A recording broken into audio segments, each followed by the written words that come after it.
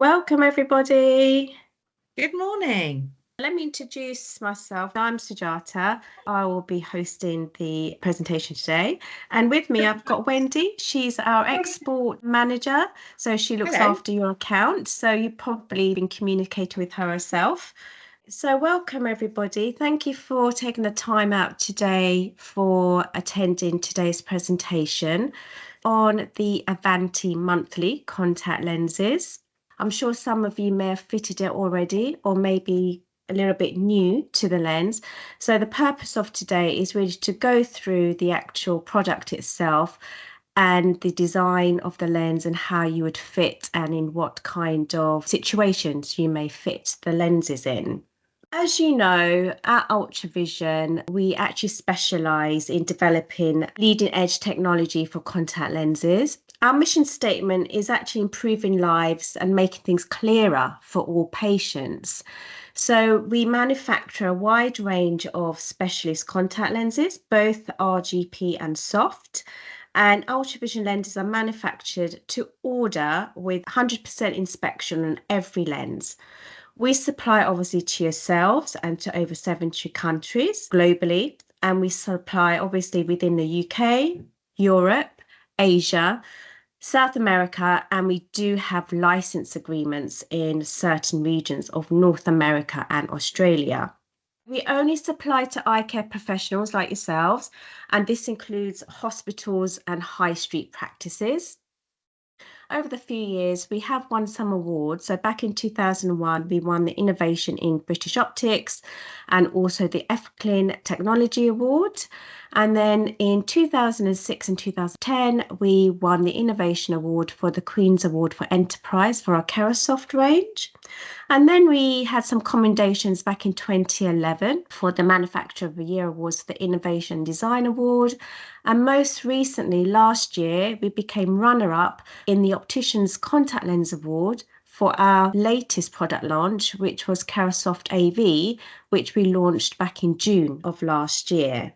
My background, I am a contact lens practitioner with over 25 years experience in the industry.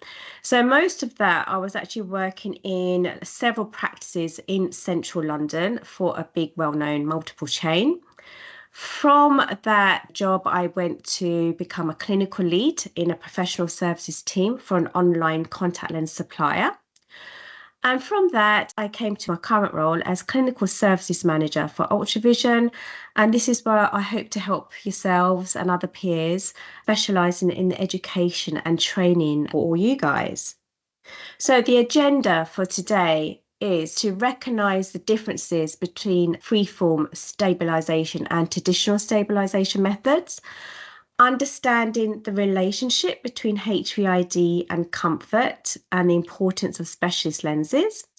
We'll go through the Avanti design and its parameters, how to fit Avanti. We'll go through some useful hints and tips, then how to order Avanti, and then we'll have the Q&A questions and answer session at the end of the presentation. First of all, we'll talk about the stabilisation, what methods there are for the different types of lenses that are available. So the traditional forms of stabilisations, they rely on what we call static areas of differential thickness, which is really a prism ballast. So this features a thicker base and a thinner upper portion, which utilises the watermelon seed principle to position the lens. However, in some patients, the blink and pressure and palpable aperture can actually destabilize the lens instead of securing it, so making the lens uncomfortable, and also the vision can fluctuate with that because the lens possibly may be rotating on the eye. It's not easily customized because it adds to the overall thickness, and therefore that decreases the DK over T, which is your oxygen permeability. The prism only works when the head is vertical. So if you're lying down or if you're not in a vertical position, the lens itself may not perform very well if it's been stabilized in the traditional format of the prism ballast. So the next one is what we call a dynamic stabilization, which really kind of means it's fast focus and fine tuned. So it actually focuses very quickly and it settles in the eye very quickly, so you get that clarity of the vision. So what is this? It utilizes what we call PBZ, which is peripheral balancing zones. So these zones actually interact with the top and bottom lids, which create stabilizing forces for fast focus, fine-tuned vision. The design allows the lenses to be thinner overall, so obviously increases comfort and increases the oxygen permeability. Therefore, this improves the visual stability, particularly for multifocal designs. And there are normally 2 engraving markings on the lens, so it doesn't automatically orientate one way like it would do with the traditional prismatic lenses. So with the actual stabilization, so we have a comparison of the prismatic and a dynamic stabilization. So if we go to the prism stabilization, you can see it takes a lot longer for the lens to stabilize. You can see the marking on your left-hand side. It normally takes around 40 seconds for it to stabilize on the eye. If we go on to the Avanti stabilization,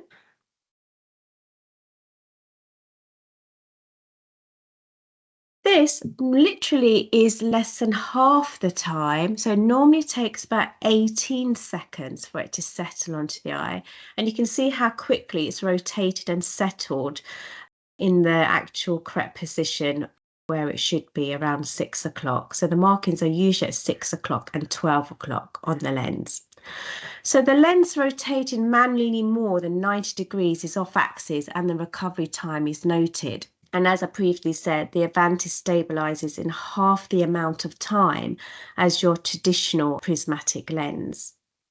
Why would we fit a specialist lens going forward? When would you consider it when you have a patient in your practice? What situation would you fit these special lenses? So recent studies by the renowned Lyndon Jones, Van der Warp and James Wilson looked into the causes of discomfort. And it's really what was the reason of the dropout rate of contact lenses. And basically, it showed that approximately a third of all contact lens patients dropped out within the first 5 years of wear.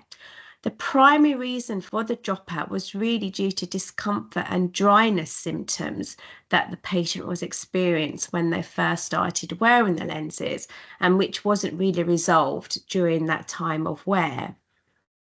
You can see with this graph the relationship between the HVID and comfort. It's really understanding that no 2 eyes are the same, and this will help reduce the contact lens dropouts. So the HVID and comfort has a real big factor onto one of the reasons why there is a dropout rate. Now, within the standard disposable ranges that you can get from the 4 big main companies, they're normally within, you can see in the graph, in the grey columns, they're normally between 11.5 to 12.1 millimeters in diameter. Now, if your patient falls outside those dimensions, with HVID being less than 11.5 or more than 12.1 millimeters, this is when we should be considering a specialist lens, because we do have a lot more variety and a wider parameter range to choose from, rather than the traditional core manufacturer ranges where they normally have fixed diameters for their products. With the next graph, this mirrors this, and this is showing the relationship between the sag and comfort of the lens. It shows what we call a bell curve of the sagittal height values. So in the horizontal meridian over 15 millimeters chord in normal eyes, and this is normally measured with what we call a profilometer, the majority of standard disposable lenses, again, within the 4 main core manufacturers, the sagittal height is usually between 3,536 to 3,969. However, anyone outside those parameters, anything below 3,500 or anything more than just over 4,000, again, this is where a specialist option would be more suitable than a standard disposable lens. And this is where we would consider using the specialist lenses that are available to us. So, what are the parameter ranges? And this is where we would talk about an Avanti lens. Parameter ranges, as you can see, it's got a wide parameter range, so it does allow us to fit 95% of all the patients that come into your practice. So as you can see, the sphere is from plus to minus 20, and it goes in 025 steps in diopters. The seal is minus 075 to minus 8, so again, it's quite a large, extensive range there. The axes are all around the clock from 0 to 180 degrees in 1 degree steps. There are 5 base curves, so it's ranging from 8, 8.3, 8.6, 8.9, and 9.2. 3 diameters, so you have 14, 14.5, and 15 mil. And if you want to fit it as a multifocal, it comes in the options of the add of plus 050 to plus 4. Again, it goes in 025 steps. The multifocal options, there are 2 options. You can have either a center distance or a center near design. The material is a silicone hydrogel, which we use a definitive V374 blue. The oxygen permeability DK/T is 45, and the average thickness is 0.11, which is actually quite thin. So a thin lens will allow better drapage and also comfort for the actual patient when they're actually wearing the lens. So we can fit basically all these patients within this, when they have myopia, obviously if they're hyperopic, you've got high astigmatism, obviously presbyopia, and obviously patients with irregular corneas and with people with some cross-linking as well. So having this type of lens in your practice will enable you to actually increase your contact lens prescribing for all these patients. So you do give them a better option as opposed to a traditional lens that you may have thought of fitting initially. So how do we fit these lenses? Now, it's actually quite simple. Obviously, you would need to get your spectacle RX, your spectral refraction, and your keratometer readings. Then you would measure the HVID of the patient. Now, we formulated some tables. So once you've measured the HVID of the patient, the values that we have on that top table, you have the corresponding diameter that you would choose. So for example, if the HVID is between 10.7 to 11.3, you would choose a 14 millimeter diameter. And if it happens to be 11.4 to 11.8, you would choose a 14.5 mil diameter, and so on. Now, when you do the K readings, always ensure for the Avanti lens, you would choose the average K. So again, we've got a table formulation here. So once you've chosen your diameter, which is needed for that patient, formulate your average K, and then you would choose the corresponding base curve that you would choose for that patient that is corresponding to the HVID that you've identified. Basically, just follow the table and the rules, and you would have these in your practice, or we can send this if you haven't got this already, as part of your fitting tools to help you when you have the patient in practice. Alternatively, we do have an online calculator, which is on the actual website. So the website is ultravisionorders.co.uk with the prescription converter. All you would need to do is put in the flat K and the steep Ks, the spec prescription, the HVID, press calculate, then it will be calculated as your first option to choose for your patient. Also, when you measure the HVID, we do have an Avanti Smart tool as well, which you can measure the HVID. Alternatively, if you don't have this, you can use just a HVID ruler that you would measure pupillary distance with, that's fine. Or in your slit lamp, you may have a graticule, which might be actually easier to measure as well. Or you can do it on a horizontal beam from your slit lamp, and you can measure it that way. As I said, we do them in the multifocal option as well. So you have the two designs, you have the center near and the center distance. Obviously, you need to fit the dominant and the non-dominant eye. So if we go on to the next slide, this will go into more detail how we would select the correct multifocal option. You need to establish the dominant eye first. And there is a slide a bit later on how you would do that.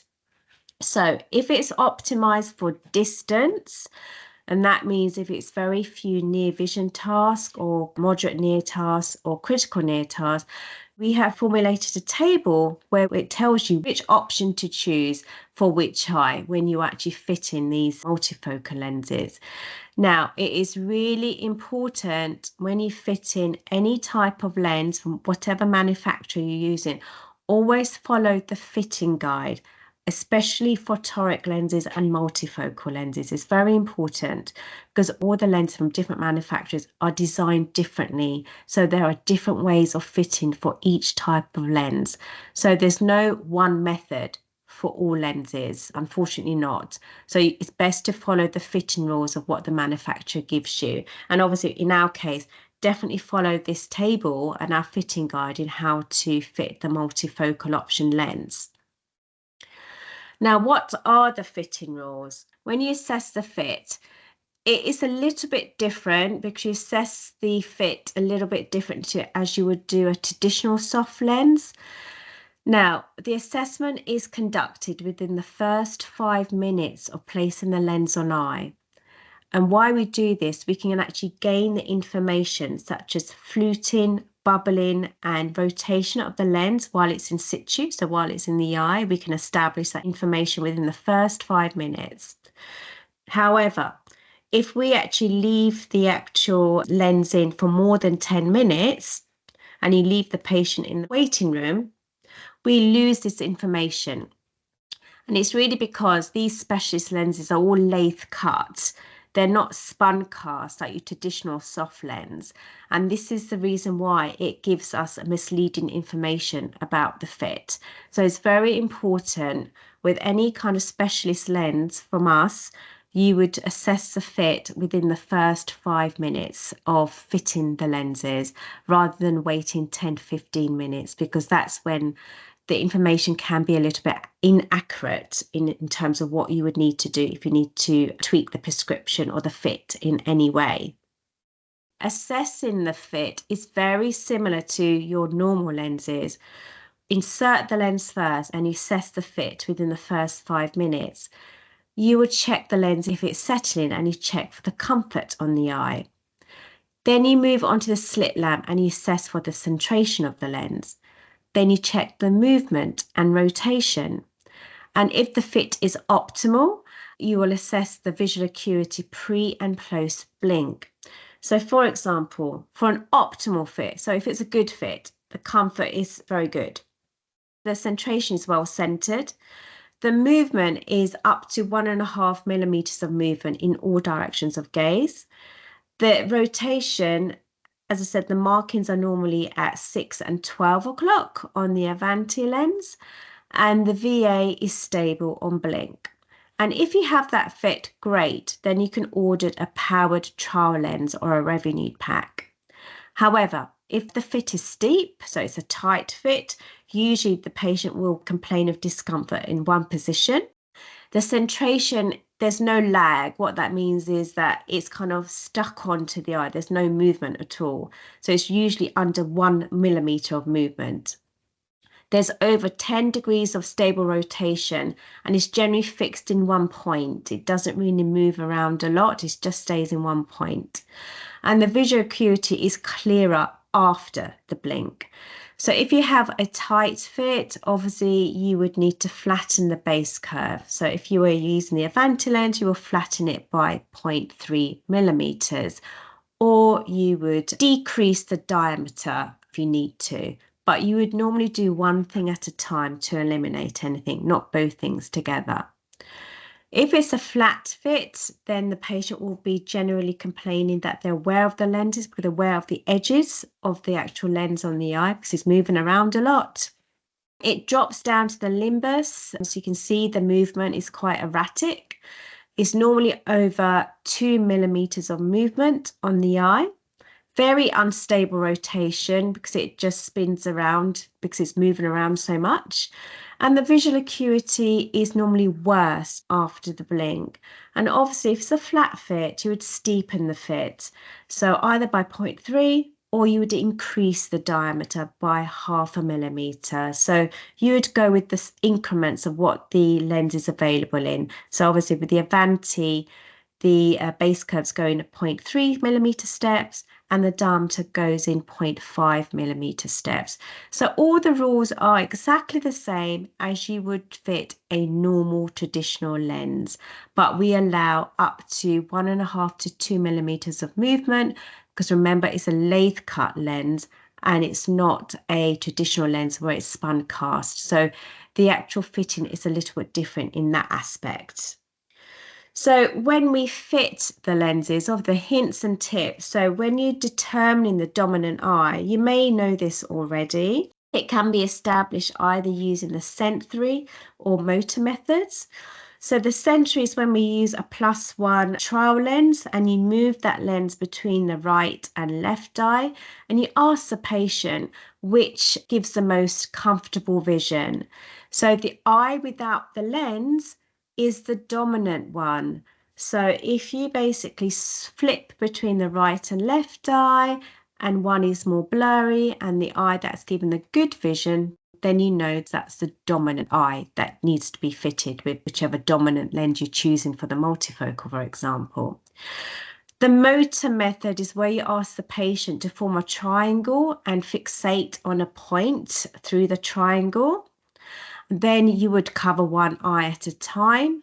And then you would ask, so in this picture, they're fixated on a clock, for example. So when you cover the one eye at a time, that clock will move or it will stay within the triangle. Now, if it's within the triangle, then you'll know within that eye, that is the dominant one. If it's moved away, then it's a non-dominant eye. And if you're lucky to have a topographer, you can always use the topography map to use the centration of the lens, and you can use what we call the elevation maps on the topographer instrument there. So when you fit the lenses, it's really simple. You would obviously take the K readings and spec RX and HYED of the patient. You either calculate it as how I described it earlier on, or you can use a website calculator and do that as well. Once you establish the power, you would receive a power diagnostic lens. Once you receive that and you pop that lens onto the patient's eye, you would do the fit analysis and the over refraction. If all is well, obviously you see if it's an optimal fit, steep fit, or a flat fit. If you're happy with the fit and patient is happy, that is when you would order either a revenue pack, or if you need to tweak the prescription, you would order a second diagnostic lens. That concludes our presentations. Any questions that you would like to go over now in terms of what you would like to talk about? Hi, Sujata. I think we have one question in the chat room about the multifocal fitting guide. So in the chat, someone's asked what's the difference between the center distance dominant optimized and center distance standard? The center distance optimized is when you want to optimize, it means that is your dominant lens, basically. And the standard would be for the non-dominant eye. So it's mainly been designed, optimized for that distance. So it's another term for using that for the dominant eye. And when it's standard, you would use the standard in the non-dominant eye. Thank you, Sujata. Any other questions? How about pterygium patient? Now you need to obviously look at how far the pterygium is actually encroached onto the actual sclera and whether it's encroached on the cornea. Now remember, these lenses are quite thin, so it should allow a little bit more drapage over that area, because remember the pterygium is raised. Now you need to obviously find out if the patient has got any discomfort from the pterygium itself anyway, and whether they've worn other lenses which has caused more discomfort. But you can fit a lens with a patient with pterygium, because I've done it before. But usually the thinner lenses perform best because there's less weight on the lens, and obviously a thinner lens will allow more comfort for the patient. But it is done by case. Obviously monitor to see how far encroached pterygium is on the cornea itself. Thanks, Sujata. Yeah. We have another question in the chat room. Yes, I can see. Conversion from commercial contact into Avanti. Are we to use the calculator for the base curve and diameter is different? So that calculator is purely for Avanti lenses, not for another brand. But the commercial contact has no issue on wearing. But remember, standard lenses come in fixed diameters, yes, and fixed base curves. So if that patient is claiming, remember what I said in the beginning of the presentation in terms of the dropout rates, the people complain of dryness because of discomfort, and part of the reason because the HVID is slightly larger or smaller than the ranges of the standard lenses. So initially a standard lens may look great on the actual patient's eye and they might be happy, so they don't need a specialist lens.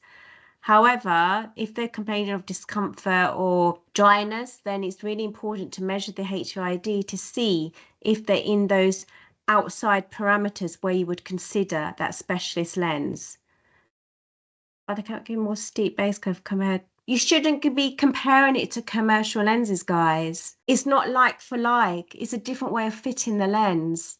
Don't be comparing it to another branded lens. As I said earlier on, the fitting guide to each branded lens is completely different. So you shouldn't compare it to one lens to another because the fitting is totally different. And remember, these lenses are lathe cut. They're not spun cast, so they're fit in a completely different way. Sujata, I've noticed we've also got a question on having a diagnostic set.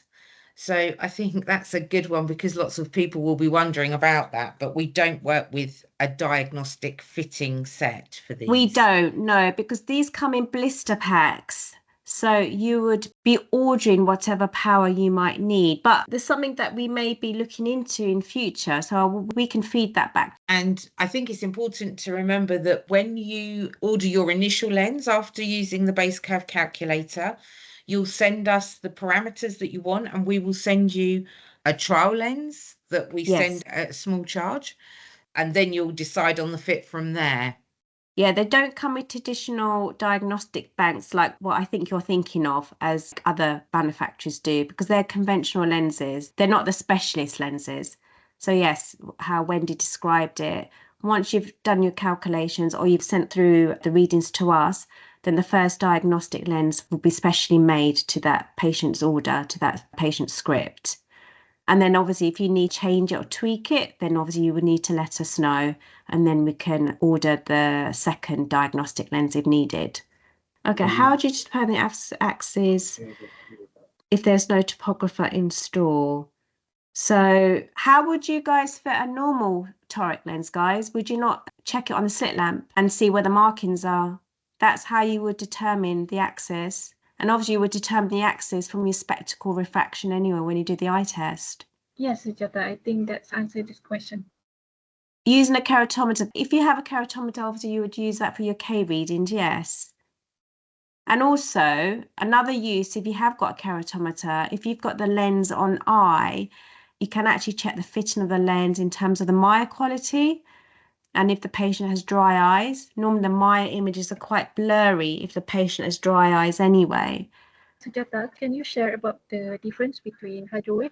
What is the main difference of Avanti and hydrowave? Now, remember Avanti is monthly and the hydrowave is 3 monthly. The design is actually a dynamic stabilization with the Avanti. So this actually makes the lens a lot thinner and more comfortable for the patient. Whereas the hydrowave, the main difference with that is it's a 3-month lens and it uses the prism ballast traditional format of stabilization. So it makes the lens a lot thicker and this can make the lens more uncomfortable on the eye. And also it may destabilize the lens once it's on the eye if it's not fitting correctly. You do have a more parameter range with the hydrowave as opposed to the Avanti. However, again, I think I previously said it's case by case of what the patient presents itself, what information you get from the readings and so forth. Then you will be able to establish which lens would be more suitable for that patient, whether it would be the Avanti or the hydrogel.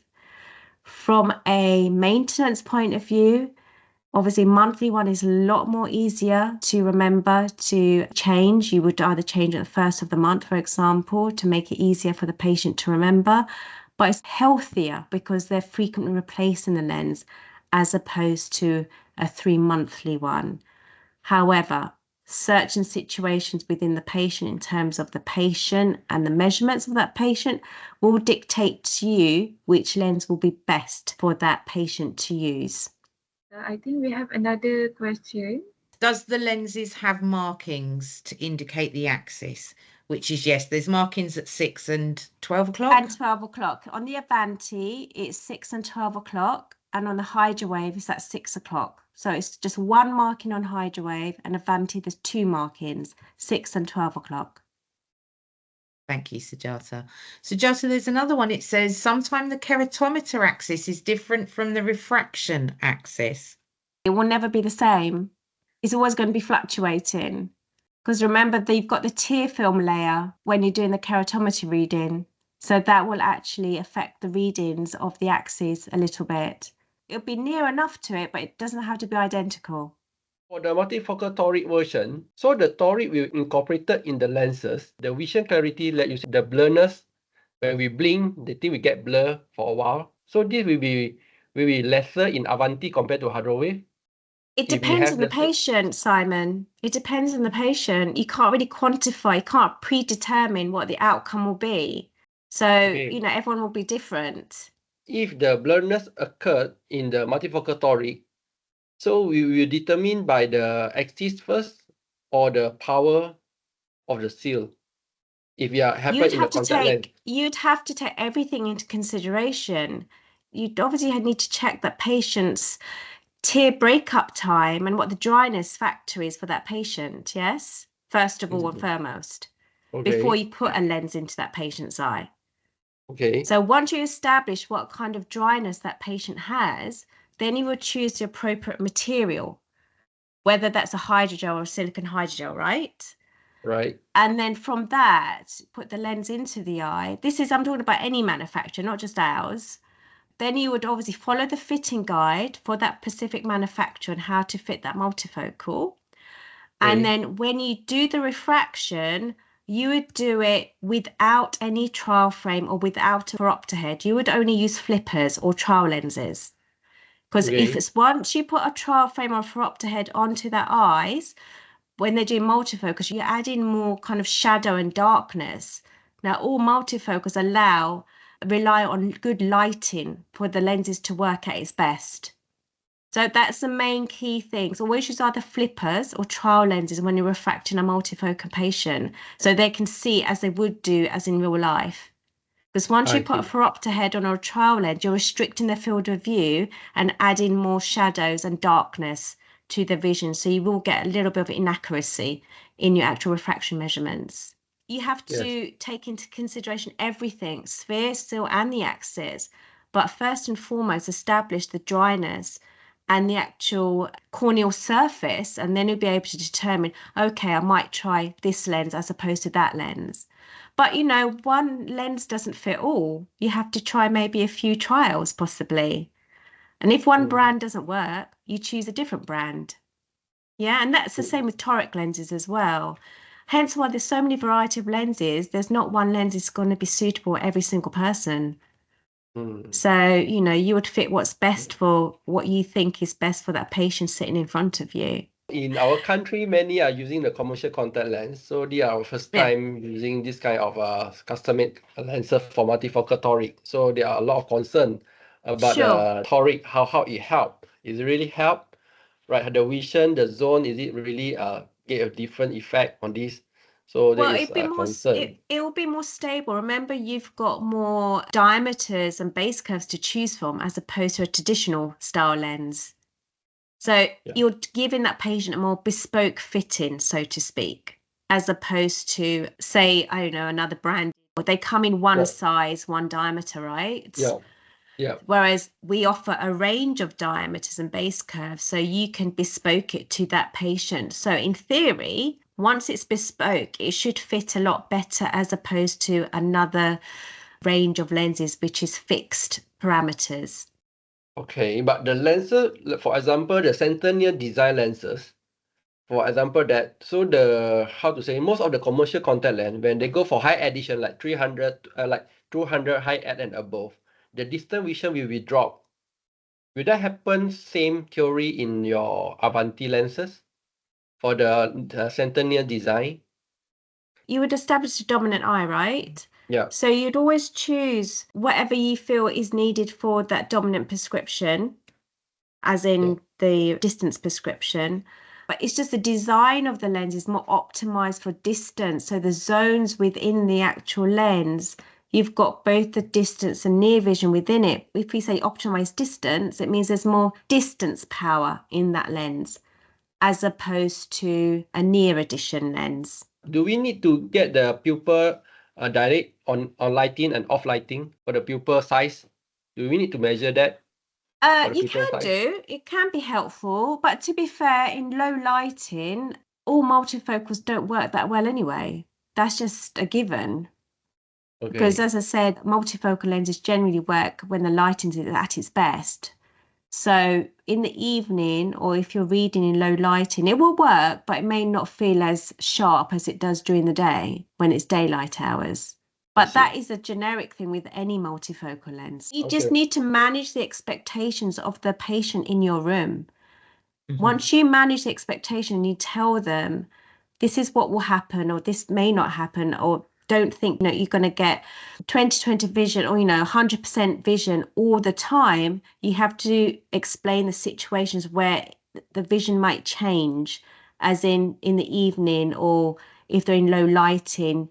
You need to set their expectations from the very start, because we all know what patients are like. They want everything to be perfect all the time, which is not the case, unfortunately. There is some question in the chat room. I tried the over refraction method to do conversion, but sometimes fell. Do you have any experience for multifocal lens? If it's off-axis, can we still do slit lamp LARs? Yes, by all means, do the LARs and CARs for any toric lens, whether it's multifocal or not. Because that rule will still apply.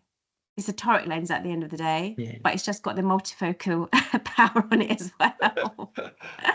So yes, in answer to that question, do the LARs and CARs. Remember, with multifocal refraction, when you do the over refraction, always do it with just separate trial lenses or flippers if you have that. It makes a big difference. You do a binocular refraction, you're not occluding the eye one at a time when you're doing over refraction on multifocal patients. You want them to have binocular vision at all times. You wouldn't really be testing it one eye at a time for multifocals. I think that is the last question. What the visual acuity? Then we can call it off. Again, this is very subjective to the patient. You can't give a quantity of what it should be. This is very subjective as to what the VAs are to begin with for that spectral prescription anyway, for that patient. They might be 6/9, or they might be amblyopic or whatever. But then if they're amblyopic, you wouldn't fit a multifocal anyway. You can't determine what the VA would be, because every patient will be completely different. And what I would say, when you're refracting these multifocal patients, you do it in the room, but if you can take the patient outside, just outside the front door with the lenses in, and just ask them what the vision is like in the distance and how they're feeling, and give them a reading chart in the normal daylight lighting, that's a really top tip to actually check the refraction, because then you have a better idea of what the patient is seeing in real life. So by all means, they don't have to be confined to a room. You can take them just outside the front door and just ask them those questions. That's what I used to do in practice anyway. If you're able to do that, that'd be great. Just gives them a more of a real life situation, yeah? I think it's good for the day. Thank you.